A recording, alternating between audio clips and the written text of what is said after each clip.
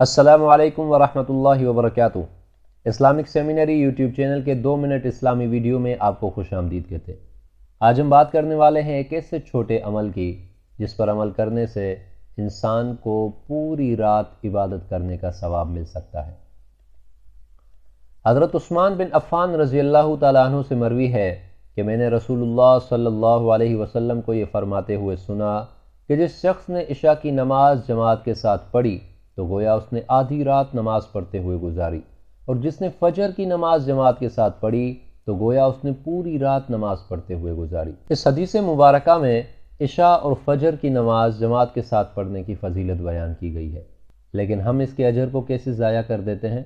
ہم میں سے بعض حضرات رات دیر تک گپ شپ اور دوسری فضول چیزوں میں مصروف رہتے ہیں اور نتیجتاً ان کی فجر کی نماز گزر جاتی ہے، اور بعض ساتھی ایسے بھی ہیں کہ جو رات دیر تک عبادت کرتے رہتے ہیں، پھر سو جاتے ہیں اور فجر کی نماز ان کی نیند میں گزر جاتی ہے۔